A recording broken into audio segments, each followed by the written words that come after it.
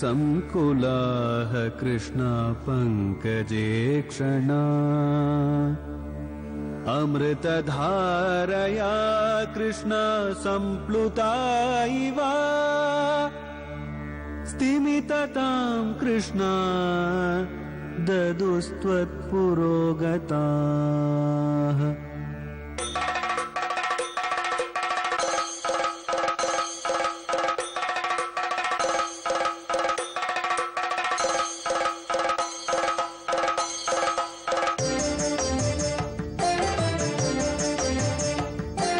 குருவாயூரப்பனா கோகுலத்து மன்னனா குழந்தையாக கோலம் தரும் மாமாய வண்ணனாம் நாராயணீயமெனும் நல்விருந்தின் நாதனாம் நாமரசத்தேன் இனிமை கூட்டுகின்ற ஆயனாம் நாராயணா ஸ்ரீமன் நாராயணா ஹரிநாராயணா ஸ்ரீமன் நாராயணா நாராயணா ஸ்ரீமன் நாராயணா நாராயண பட்டதிரி உருகும் பரமனாம் நலம் தரும் நாராயணீயம் அருள் வழங்குமே தினம் நம்மை காக்குமே.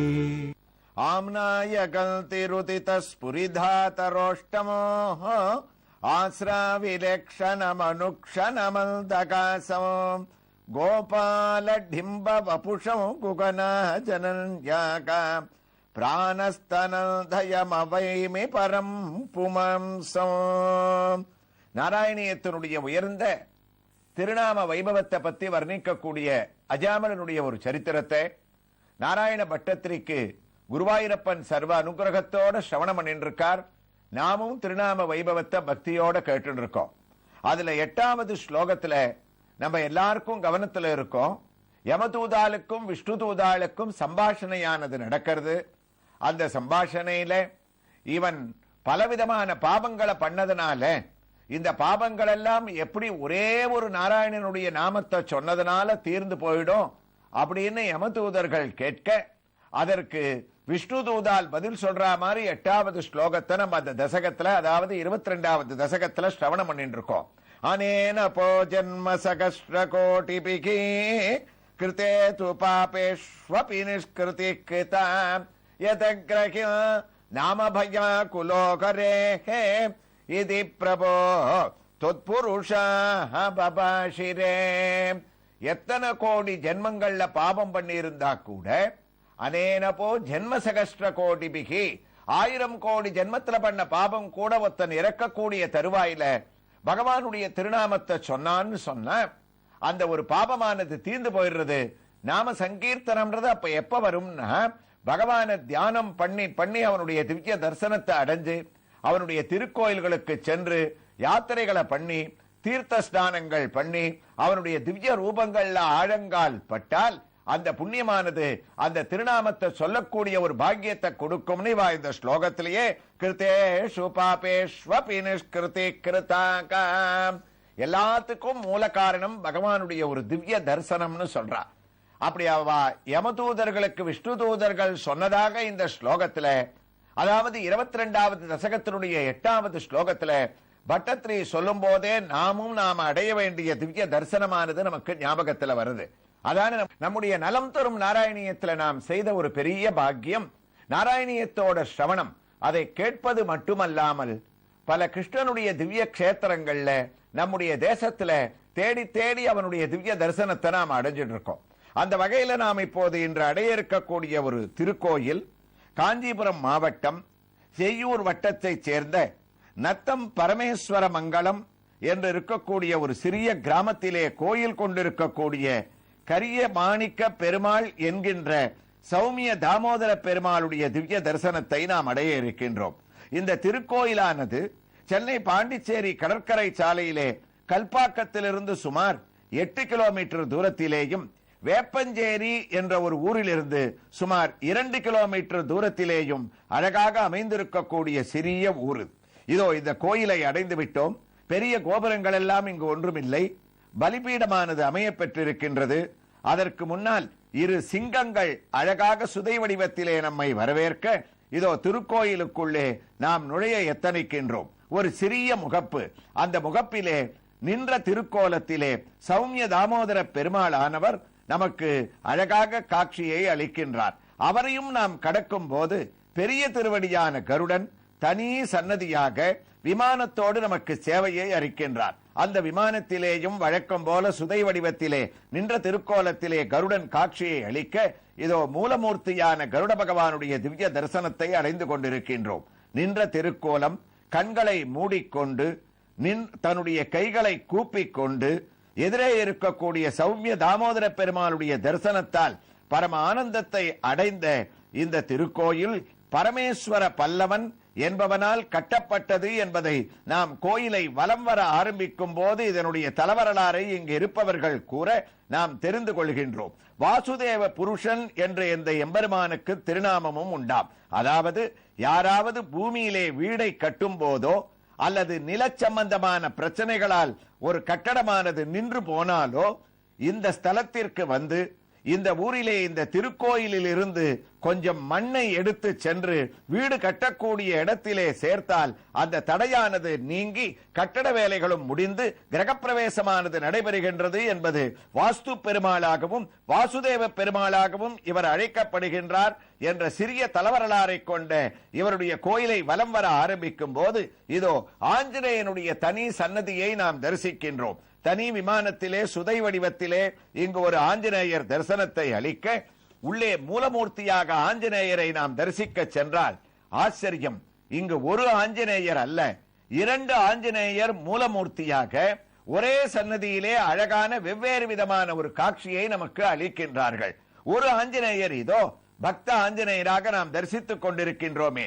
நின்ற திருக்கோலத்திலே கைகளை கூப்பிக் கொண்டு காவி வஸ்திரத்தை தான் தரித்துக் கொண்டு அழகாக காட்சியை அளிக்கின்றார். அவருக்கு பின்னால் ஒரு பிரபை போன்ற அவருடைய வாளானது நீண்டு வளைந்து கொண்டிருக்க அந்த வாள் சுருண்டு கீழே மற்றொரு புறத்திலே அவருடைய இடுப்பு வரை நீண்டிருக்கக்கூடிய காண கிடைக்காத ஒரு சேவை.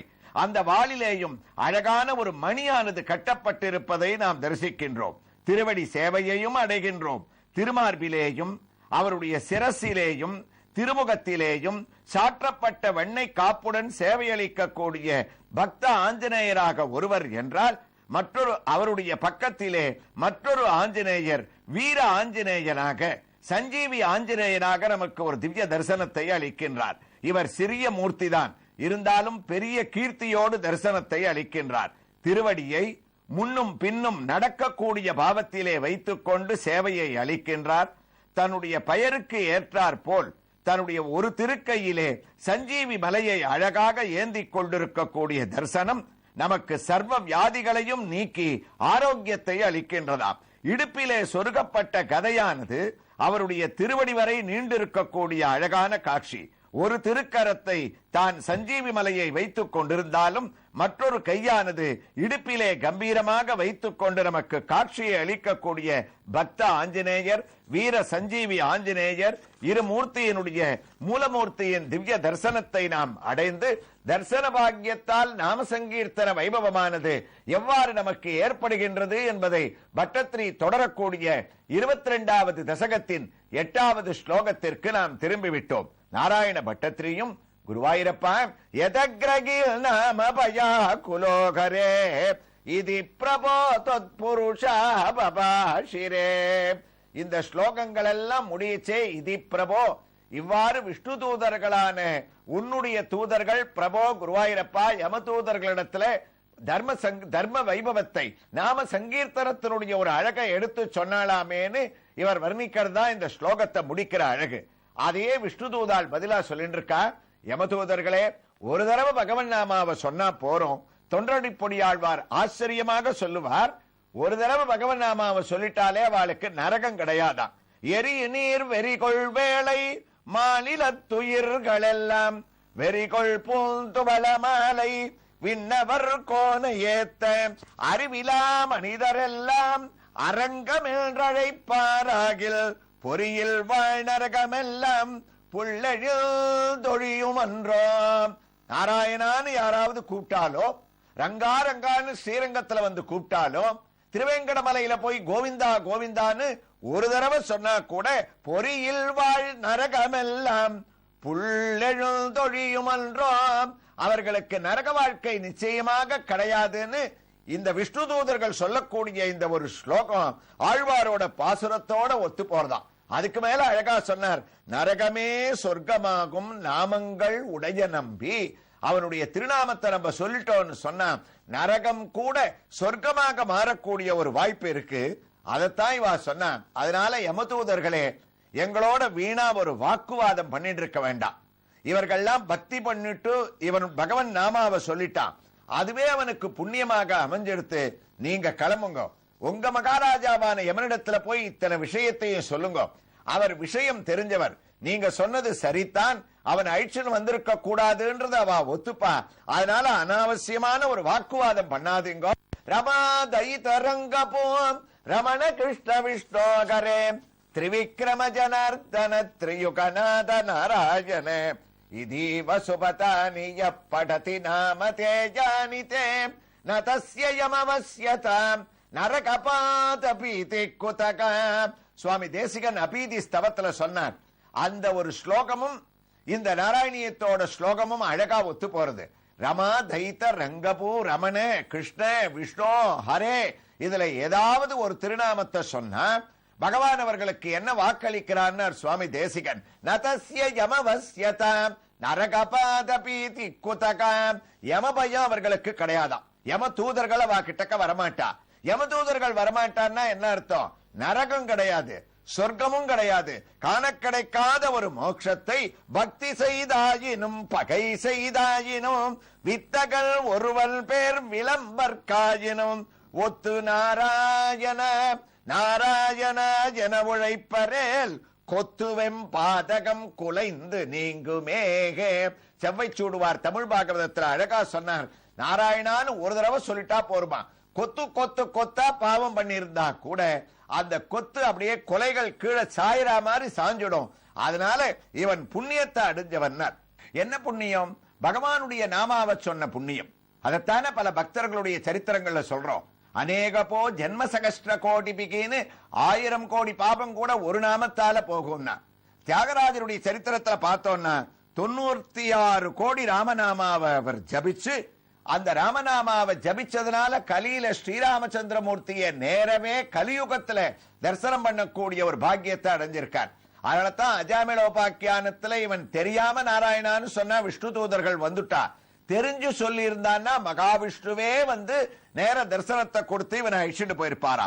அதே போலத்தான் கும்பகோணத்துல போதேந்திரர் நம்ம கேள்விப்பட்டிருக்கோம். காவேரி தீரத்துல இருக்கக்கூடிய கோவிந்தபுரம்ன்ற ஒரு ஊர்ல அவர் சமாதி அடைஞ்சார். ராமநாமாவை எப்பவுமே அவர் சொல்லிட்டே இருப்பாரா.